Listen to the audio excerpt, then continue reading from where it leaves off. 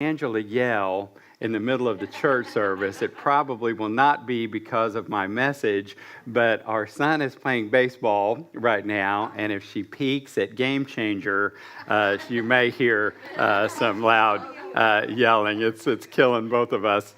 The other thing I want to thank, I've got three really good lifelong friends who are here, Gorney, Susan, and Chip. I always embarrass Chip every time he comes because he's one of the co-founders of this church.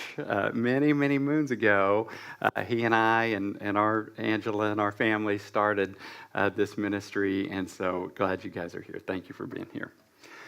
So I posted this topic on Facebook, and I got several responses that people thought I was targeting them, Crystal, and I'm really not, but we all struggle with time. And I had promised John several weeks ago that I would preach today for him because he was going to be out of town. And I had a different message until Thursday night. Thursday and Friday, I was able to speak at a Christian business conference up in Kansas City. And Thursday evening, there was a gentleman by the name of Jordan Rayner that spoke on this topic. So I want to fully disclose right now, Jordan, if you're online, that this is fully plagiarized, heavily plagiarized, not all of it, but heavily plagiarized based upon what he shared. And he actually has a book called Redeeming Time that I've started listening to that is really good. And in essence, what he did was he went in and studied the life of Jesus and how he managed his time. It's really interesting. How many of us would say that you have too much time on your hands? You don't know how to fill it. You have so much time. Chip, maybe, because he's retired and a world traveler. And Renee has too much time. Anybody else have too much time? No. How many would say that you have used these words right here? I am swamped. How many of you have used the words, I am swamped? Okay, so did Jesus. In Luke 8:22 through 24, if you want to turn there, you can, or I'll read it to you. I want to share with you a different kind of swamped that Jesus was experiencing. One day, Jesus said to his disciples, let's go over to the other side of the lake. So they got into a boat and set out. As they sailed, he fell asleep. A squall came down on the lake so that the boat was being swamped, and they were in great danger. The disciples went and woke him, saying, Master, Master, we're going to drown. He got up and rebuked the wind and the raging waters. The storm subsided, and all was calm. Where is your faith? He asked the disciples. In fear and amazement, they asked one another, Who is this? He commands even the winds and the water, and they obey him. Okay? So we're going to talk today about solutions for being swamped. And the gist of it is the same as this boat that was swamped. We have to turn to Jesus. But before I do, I want to share a real quick story with you that the Lord brought to my mind this morning as I was driving here. So I have a friend named Paul and he shared this story publicly, but I'm not going to get too specific with his name. He had just started, this was years ago, he had just started a company here in town that has since become very, very large. And at the time, he was like many entrepreneurs who were just starting companies. The Roaches are living this. Many of us, Chip lived this. It is busy. And it's crazy. You're wearing 15 hats and you're trying to, you know what I'm talking about. You're trying to make things work. And really the last thing you want to do is to talk to people when you're not at work, right? Has anybody ever experienced that? You've had this crazy day at work. Work absolutely kills you. Sam, on the UPS route, you're talking to people all day long. And then when you get home, what you really don't want to do is talk to more people. So he had gotten home, my friend Paul had gotten home, and he had walked out to his mailbox to get the mail, and his neighbor walked up, and you know that feeling you get, oh man, here they come, type of deal. And the neighbor said, would you like to come over and have a glass of tea with me? And Paul was tired, and he had had kind of a rough day, and he said, no, he said, I think I'm going to pass. And he would share with you that at that time, he was not a lover of people. more about a lover of money. And he said to this friend, no, I think I'll take a rain check and come over another time. So he went to bed that night, and he got up in the morning to ambulances in front of his neighbor's home. And the neighbor had been going through a divorce, had written a long letter to his wife, went into his garage, turned on his car, and committed suicide. And Paul says he wishes every day he could go back and redo that. He doesn't know if having the glass of tea would have changed the circumstance or not, but it probably would have. And when we think about time and being hurried and missing those moments, that's why I think a message like this is so important. I had a similar experience with my grandfather. My grandpa George was, it was October of 1998. He was 90 years old. He and my grandma had basically raised me. He was in the hospital down here in Okmulgee, and I knew he wasn't doing well. I didn't really realize how poorly he was doing, and I was working in El Reno at a bank at the time. We had this meeting that I thought was so important. I can't remember. I think I was rolling out some new product or something. There was something that I just felt like I had to make it back to this meeting.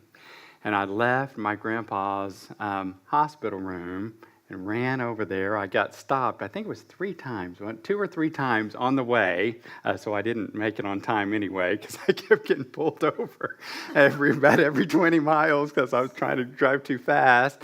And while I was gone, my grandfather passed away. And I've always regretted not being there at that moment because I didn't use my time right, and I didn't prioritize what was really important. Before we get into Jesus and how he managed his time, I want us to think for a moment about God and how God manages his time. Okay? Now let's think about creation. So if you think about it, he created everything in 6 days and took a day off for rest, okay? On the first day, he created light. Now, you want to talk about productive. Now, this is the real deal. Now, in one day, today I'll create light. On the second day, the sky was created. On the third day, dry land, seas, plants, and trees were created. The fourth day, the sun, moon, and stars were created. On the fifth day, the creatures that live in the sea and creatures that fly were created. The 6 days, animals that live on the land, and finally humans made in the image of God were created. And then by day 7, he had finished his work and he rested. So before we jump into Jesus' life, let's take 2 takeaways from God. One is he did not multitask. Okay? He focused on one thing in one day and got that done. It's very interesting. He could have done it all at one time. He just... let's make all this happen. But he focused on one thing at a time. The second thing he did was rested. Now, we'll always say, well, I can't take a day off. I can't take the Sabbath off. If God can take a day off, we can take a day off. We're busy. We're not creating the universe and the world. We're not that busy. God also gave us 33 years of life to watch with his son to see what he did, okay? And this is what I think is really, really fascinating. And I'm just going to tell you there are really 4 kind of overriding principles that if you study the life of Jesus, you'll see that he did. One, he took time to prepare first. Okay, we'll talk about this in a moment, but he really prepared rather than just jumping into things. Number 2, he spent a lot of time in solitude praying, and we know that. Number 3, he minimized distractions and was very, very focused on his goal. Almost rude. We're going to talk about some examples where you look at it and you're kind of like, did he really say that? But he was so fully focused on his goal, and I think he knew he had a limited time. And number 4, he was extremely busy, but he was not hurried, okay? He had a lot going on, but he would focus fully on that person that was in front of him all the time. So let's look at these 7 principles that I'm going to share with you today. Number 1, and they're quick ones, so don't worry, we won't be here for hours. Number 1, he prioritized time with God. Okay, we know this, but let me read this to you. This is a really, really great example. In Mark 1, verses 32 through 35, it says, "That evening after sunset, the people brought to Jesus all the sick and demon-possessed." Okay, now note, 1, it was after sunset. 2, they brought him all the sick and demon-possessed. This was not a quick, this took a while. The whole town gathered at the door, and Jesus healed many who had various diseases. He also drove out many demons, but he would not let the demons speak because they knew who he was. Very early in the morning, while it was dark, Jesus got up, left the house, and went off to a solitary place where he prayed. Now, here's the point that I want us to take from this. He was out really late, okay? I mean, it was after sunset. The whole town is at his door. He's healing all the sick, casting out demons. He's clearly out late, and it's a tough night for him. But what did he do? He got up early and went and spent time with his Father. Okay? Now, I know those of you who are not morning people are hating me right now, but I'm just showing you what Jesus did, and he prioritized spending time with him. We see Jesus in the Bible praying to his Father on 25 different occasions. And we know we don't see Jesus' whole life. We're only seeing certain episodes out of his whole life. So we know it was a huge priority for him. So number 1 is he prioritized time with his Father. Number 2, he let his yes be yes. Now, there are certain ones here that are convicting to all of us. This was one for me, but I just want to read this to you. So Jesus is at the Sermon on the Mount, okay? He's giving the Sermon on the Mount, probably the most famous sermon in the history of mankind. He had gone through the Beatitudes. He had talked about salt and light. He talked about fulfillment of the law. He talked about adultery, murder, forgiveness, divorce. And then he says this, "Again, you have heard that it was said to the people long ago, 'Do not break your oath, but fulfill to the Lord the vows you have made.' But I tell you, do not swear on oath at all, either by heaven, for it is God's throne, or by earth, for it is his footstool, or by Jerusalem, for it is the city of the great king. And do not swear by your head, for you cannot make even one hair white or black." Most of mine are turning white. "All you need to say is simply yes or no. Anything beyond this comes from the evil one." Okay? So you've heard, let your yeses be yes and let your noes be noes. Jesus never failed to keep a commitment. Never. Now, I used to think, how hard is it to keep a commitment? I mean, if I tell somebody I'm going to do something, I'm going to do it, right? The problem is, a lot of us here and online are really, really busy. And we make so many commitments. Yeah, I'll do that. Yeah, I'll call that. I'll make that happen. I'll make that happen. That sometimes you forget. Sometimes it's very difficult. So one of the things that Jordan was sharing is that one of the worst things that you can do is try to keep track of your commitments in your head, because number 1, you can't. And number 2, it creates tremendous stress on us within our mind. So making sure that we write down every commitment that we say we're going to make. We have at the bank what they're called promise cards. And every time we tell our team, every time you make a commitment that you're going to do something, write that down and don't go home before you follow through on that commitment, so that you have it right there in front of you. It's not intentional. I don't think very many of us are trying to mislead.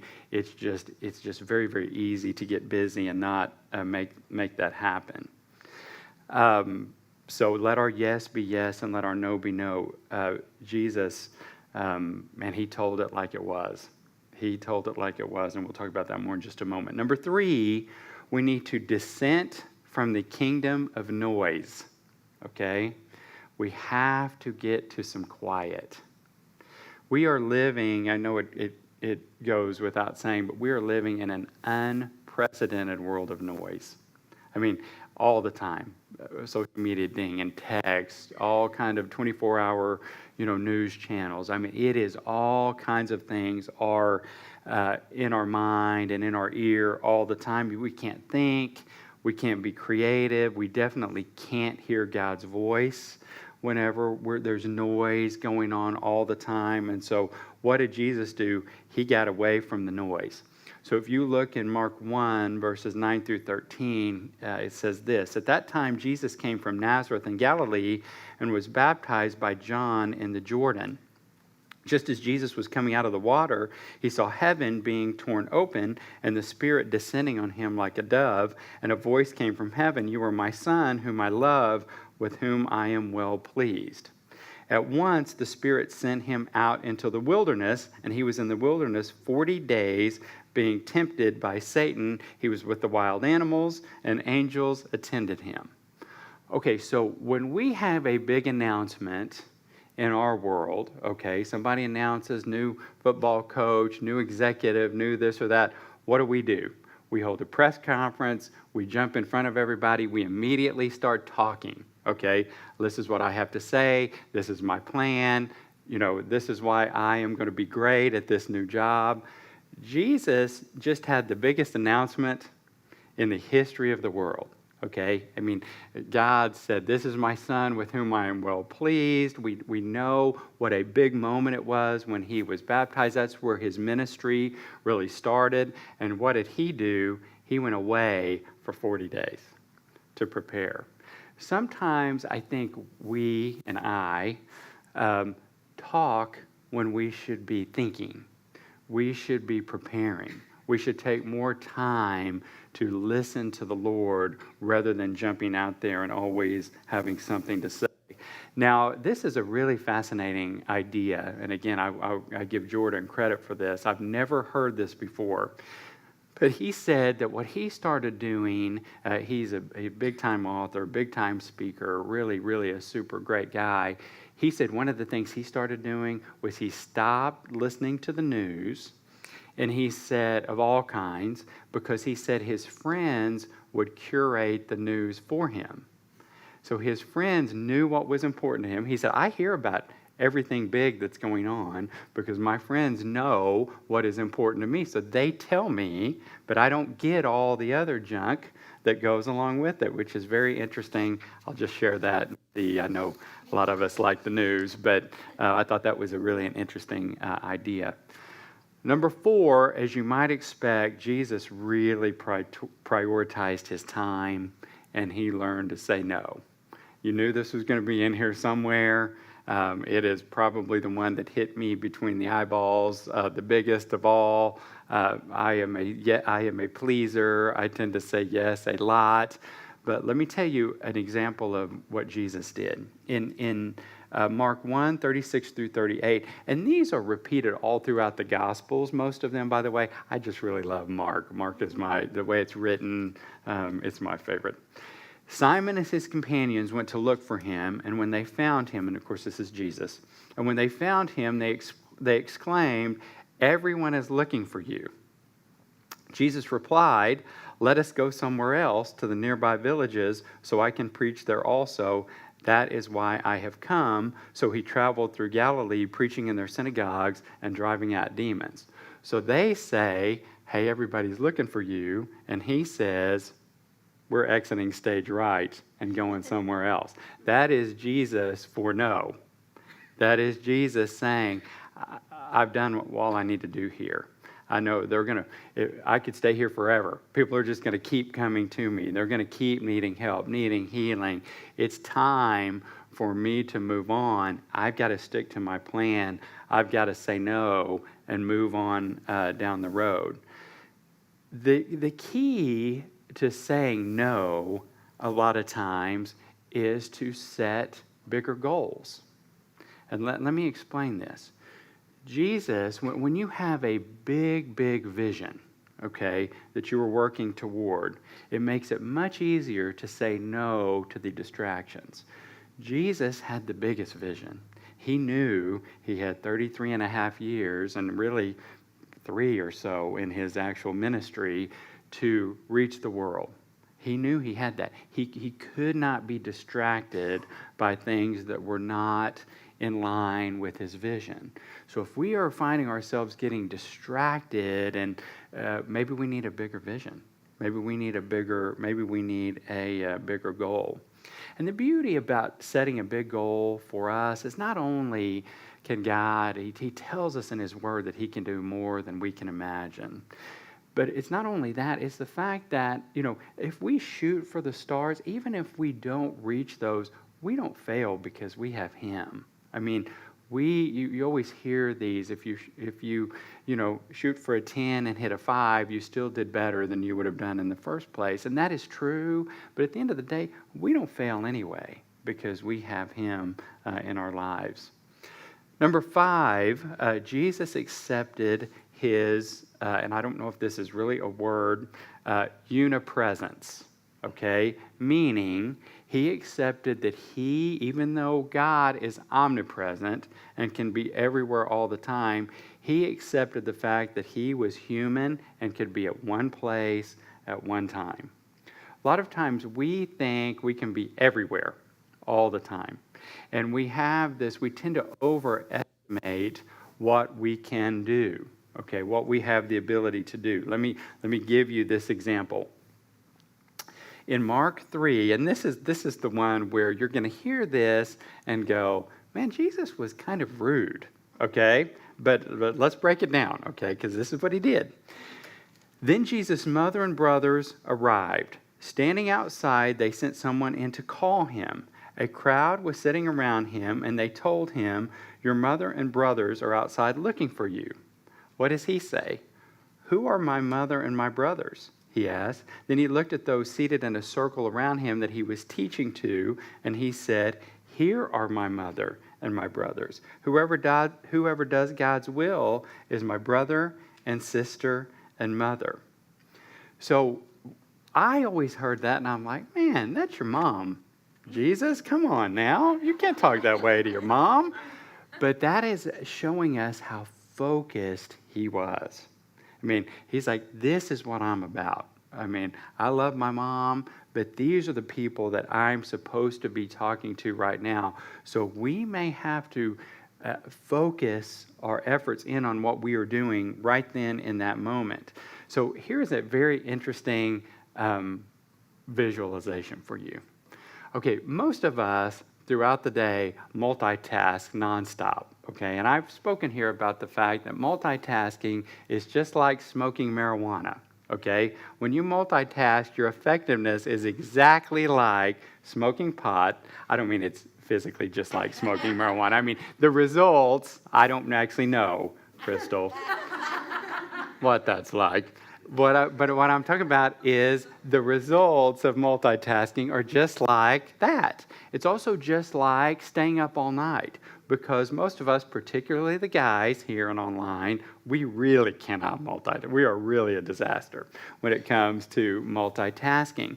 But I want you to think about this. Do you, and you don't have to answer this because I already know the answer, do you check messages all day? Okay, no matter what you're doing. And when an email comes in, check it. Check text, check.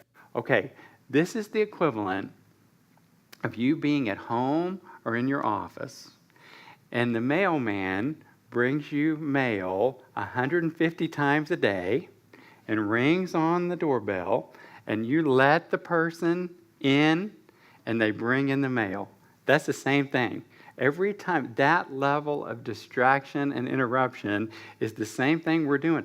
Every time we open up that next message, look at Facebook, look at our text, look at our emails. So it's kind of, when you look at the life of Jesus, think about how present he was all the time. I mean, think about all the people, the lady that touched the hem of his garment. Think about the presence that is required in that moment. He's in a large crowd. Everybody's at him, and he feels this energy from this lady touching the hem of his garment. The challenge with being hurried is we're not present. we're thinking about the next thing. We're thinking about where we got to go. And how many of those him moments are we missing all day long? I think it's a lot. I think it's a lot, definitely, in my life. Number 6, Jesus got productive rest. Okay, this is really interesting. In 1849, there was a book published entitled "The Immigrant's Guide to California." Okay, now this was during the gold rush, and one of the things that you'll find in this book is that I don't know what they're called, the gold rushers, whatever the proper term is for those people, they were the ones that rested, took more time to rest, took off on Sunday, were 20 times more productive than the ones that did not. 20 times. The ones that went all day, 24/7, were much, much less effective. Mark 2:27 says, "The Sabbath was made for man, man was not made for the Sabbath." Here's what it says. "The Pharisees said to him, Look why they are doing what is unlawful on the Sabbath." He answered, "Have you never read what David did when he and his companions were hungry and in need? In the days of the high priest, he entered the house of God and ate the consecrated bread, which is lawful only for priests to eat, and he also gave some to his companions. Then he said to them, the Sabbath was made for man, not man for the Sabbath." Matthew 11:28 says, "Come to me, all you who are weary and burdened, and I will give you rest." And you know that the benefits of rest are immeasurable. We talk about that here. We just don't do it. We're just not very good at doing it. I just want to tell you a real quick story also that I learned at this conference. There was a gentleman there by the name of Terry Looper. And Terry, in 1989, he founded a company called Texon LP. It's an oil and gas company. It's a midstream company. And Terry told this story. He basically said prior to the founding of his company, he was in corporate America. He was a mess. He said he was working all the time, going out at night, partying. He was under tremendous amounts of stress. And then all of a sudden, he said money was absolutely his false god. And he said that what happened to him, and I want to share this because this is really scary.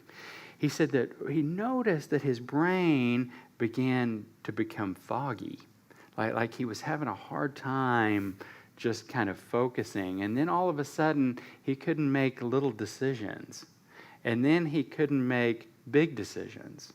And he said that one day he was at home and all of a sudden his brain literally went dark. Like it completely shut down. He had overstressed his system so much that his brain quit. He literally had a significant breakdown. And he said that it took him years of therapy and going to doctors to kind of develop his cognitive ability back again. But when he left that corporation knowing that it was bad for him. He went out on his own to start this new company, Texon. And when he did, he had accepted Jesus as his Savior, was truly abiding with him, and felt that Jesus instructed him to work no more than 40 hours a week, to have no sales quotas or goals, and operate the company. And nobody in the company could work more than 40 hours a week. The company is a $6 billion revenue company from nothing. It's the largest private company in Houston, Texas, one of the largest in Texas, and has had phenomenal success because he began to listen more, pray more, be guided by God more, and so he didn't need as much time. He needed less time, focused on what God guided him to do. I thought it was so cool. Then the final one that I share with you is Jesus was very busy, no doubt, but he was not hurried. I mentioned this a little bit earlier, but I just want to share this amazing example for you. This is called the Princeton Seminary experiment. okay? Inspired by the parable of the Good Samaritan, Princeton social psychologists John Darley and Dan Batson conducted a remarkable experiment in the 1970s on time pressure and helpful behavior. They studied how students of the Princeton Theological Seminary, now let me repeat, Princeton Theological Seminary, conducted themselves when asked to deliver a sermon on the parable of the Good Samaritan, okay? The students were to give the sermon in a studio building across campus and would be evaluated by their supervisors. The researchers were curious about whether time pressure would affect the seminary students' helpful nature. After all, students were being trained to become ordained priests. They were presumably inclined to help others. As each student finalized his preparation, this is so good. As each student finalized his preparation in a classroom, the researchers inflicted an element of time constraint upon them by giving them one of three instructions, okay? Now, they're preparing a message on the Good Samaritan, okay? And then they come in and they say either, number one, you're late. They were expecting you a few minutes ago. You better hurry. It shouldn't take but just a minute. This was the high hurry condition. Or number two, they would say, the studio assistant is ready for you, so please go right over. This was intermediate hurry. Or number three, it'll be a few minutes before they're ready for you, but you might as well head on over. If you have to wait over there, it shouldn't be long. And this was the low hurry condition, okay? As each student walked by himself from the preparation classroom to the studio, kind of across campus, he encountered a victim in a deserted alleyway, just like the wounded traveler in the parable of the Good Samaritan that he was just preparing the sermon for. This victim, actually an associate of the experimenters, appeared destitute, was slouched and coughing, and clearly in need of assistance. The seminarians were thus offered a chance to apply what they were about to preach. Conflict, rather than callousness, can explain their failure to stop. Researchers were interested in determining if their imposed time pressure affected the response to the distressed stranger. Remarkably, only 10% of the students in the high hurry situation stopped to help the victim. 10%. 45% of the students in the intermediate hurry and 63% of the students in the low hurry situations helped the victim. The researchers concluded a person not in a hurry may stop and offer help to a person in distress. A person in a hurry is likely to keep going. Ironically, he is likely to keep going even if he is hurrying to speak on the parable of the Good Samaritan, thus inadvertently confirming the point of the parable. Thinking about the Good Samaritan did not increase helping behavior, but being in a hurry decreased it. I thought that was so good. That is our life, is it not? We know what to do. We know how we should live, but we're in such a hurry, we do not do it. And at the end of the day, there's going to be a legacy that you and I are going to live. I mean, the reason, so you go, how does this, why does this matter? Well, it matters because in Ephesians 5:15 and 16, it says, therefore, be careful how you walk, not as unwise men, but as wise, making the most of your time, because the days are evil. Now, what does it mean, the days are evil? The days are evil because everything's pulling us away from God. I mean, everything. Every tendency we have, every message we receive, every urge that we want to do is apart from what God wants us to do. And the only way that we can live according to Him, live consistent with Him, live a life, our time, the way we use our time determines our legacy. If you use your time, if you work 70 hours a week, your legacy is a workaholic. If you work out 70 hours a week, your legacy is you're buff and look fantastic. If you're a jerk 70 hours a week, that's your legacy. If you're carrying if you listen, if you help, that is your legacy, but everything pulls us away from that. So I share these messages today with you and these principles because Jesus showed us how to live. I mean, it's very, very clear when you look. He wasn't concerned about money. He wasn't concerned about what other people thought. He wasn't concerned about how he was going to make ends meet. He said he didn't even know where he was going to sleep. I mean, he didn't even know where he was going to lay his head. But he was focused on each person, one at a time. Everyone, it was the next one. That Mother Teresa, and I'll close with this. Mother Teresa never intended to be world famous. That wasn't her intent. She was in Calcutta, India, and if you study her life, she was really an outcast for the longest time. But her goal was to help the next baby, just one. And we still read about her today as the greatest example of the most selfless giving person. It's the same thing that Jesus did as well. So my prayer for all of us is that as we think about our time, this gives us clarity around how to live the life that God really wants us to live. So thank you so much. We will now move in. If everybody wants to stand, we'll move into a time of prayer. And Paula, I'm going to make you the primary prayer. So if anybody has anything that you would like to pray about before we close, please come up, and Paula would love to